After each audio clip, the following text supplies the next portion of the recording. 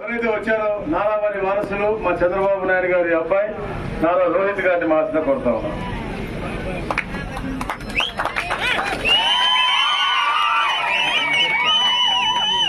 అందరికీ నమస్కారం.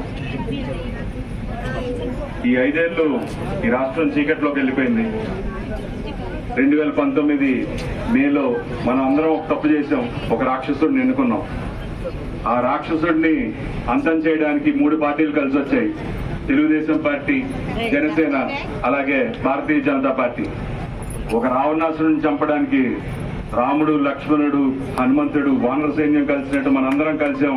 ఆ రాక్షసుడిని మే 13వ తారీఖు అంతా చంపాల్సిన అవసరం ఉంది. అది మీ ఓటుతోనే అవుతుంది. మీ పిల్లల భవిష్యత్తు, మీ భవిష్యత్తు మీ చేతుల్లో ఉంది. మీరు ఖచ్చితంగా వెళ్లి ఓటేసి మీకు కావాల్సిన నాయకుడిని ఎన్నుకోండి, మీతో ఉండే నాయకుడిని ఎన్నుకోండి. మీతో ఎప్పుడు ఉండే అనగాని సత్యప్రసాద్ గారిని మీరు ఎన్నుకోవాల్సిన అవసరం ఉంది. అలాగే ఈ రాష్ట్రాన్ని కాపాడే బాధ్యత చంద్రబాబు నాయుడు గారు తీసుకుంటారు. మీరు చూశారు, మన ఉమ్మడి ఆంధ్రప్రదేశ్ లో కూడా ఆయన ఎంత అభివృద్ధి చేశారు, ఎన్ని కంపెనీలు తీసుకొచ్చారు.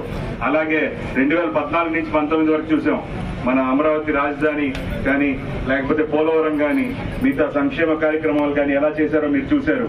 అలాగే ఈసారి కూడా ఆయనకు ఓటేసి మన మీ పిల్లల భవిష్యత్తుకి ఎంతో మంది చదువుకున్న పిల్లలు ఉన్నారు. వాళ్ళు ఈ రాష్ట్రంలో ఉద్యోగాలు లేక పక్క రాష్ట్రాలకు వెళ్ళిపోతున్నారు. వాళ్ళ కోసం కొత్త కంపెనీలు తీసుకురావాల్సిన అవసరం ఉంది. అలాగే ఎన్నో కార్యక్రమాలు, సాగునీరు, తాగునీరు, ఇలా ఎన్నో సమస్యలు ఉన్నాయి.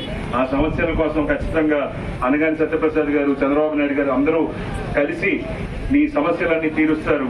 అలాగే సంక్షేమం చాలా అవసరం. మీరందరికీ సంక్షేమం, పిల్లలకి చదువు చాలా ముఖ్యం. దానికి ఆయన ఎంతో మేనిఫెస్టోలో పెట్టడం జరిగింది. సో మీరందరూ ఆలోచించుకోవాలి. ఈసారి ఈ రాష్ట్రాన్ని కాపాడుకోవాల్సిన అవసరం మనందరి మీద ఉంది. ఆ కాపాడడానికి ఖచ్చితంగా మనం చంద్రబాబు నాయుడు గారిని ముఖ్యమంత్రి చేసుకోవాల్సిన అవసరం ఉంది. అలాగే మీకు ఎప్పుడు చూడండి అనగాని సత్యప్రసాద్ గారిని ఎమ్మెల్యేగా చేసుకోవాల్సిన బాధ్యత మీకు ఉంది. సో మీరందరూ మే 11న ఖచ్చితంగా వెళ్లి ఓటేసి వీళ్ళందరినీ, తెలుగుదేశం పార్టీ మీద నిలబడుతున్న వాళ్ళందరినీ, అలాగే ఇక్కడ సత్యప్రసాద్ గారిని భారీ మెజార్టీతో గెలిపించాలని కోరుకుంటున్నాను. పవన్ కళ్యాణ్ గారి సినిమాలో డైలాగ్ ఉంటుంది, లాస్ట్ పంచ్ మందైతే ఆ కిక్కే వేరప్ప. మీ అందరి లాస్ట్ పంచ్ బ్యాలెట్ మీద పడాలి. ఆ బ్యానర్ రెక్కలు తెగిపడిపోవాలి. సో మీరందరూ తప్పకుండా 13వ తారీఖున తెలుగుదేశం పార్టీకి అత్యంత మెజార్టీతో గెలిపిస్తారని మనస్ఫూర్తిగా కోరుకుంటూ, జై తెలుగుదేశం, జై జనసేన, జై భారత.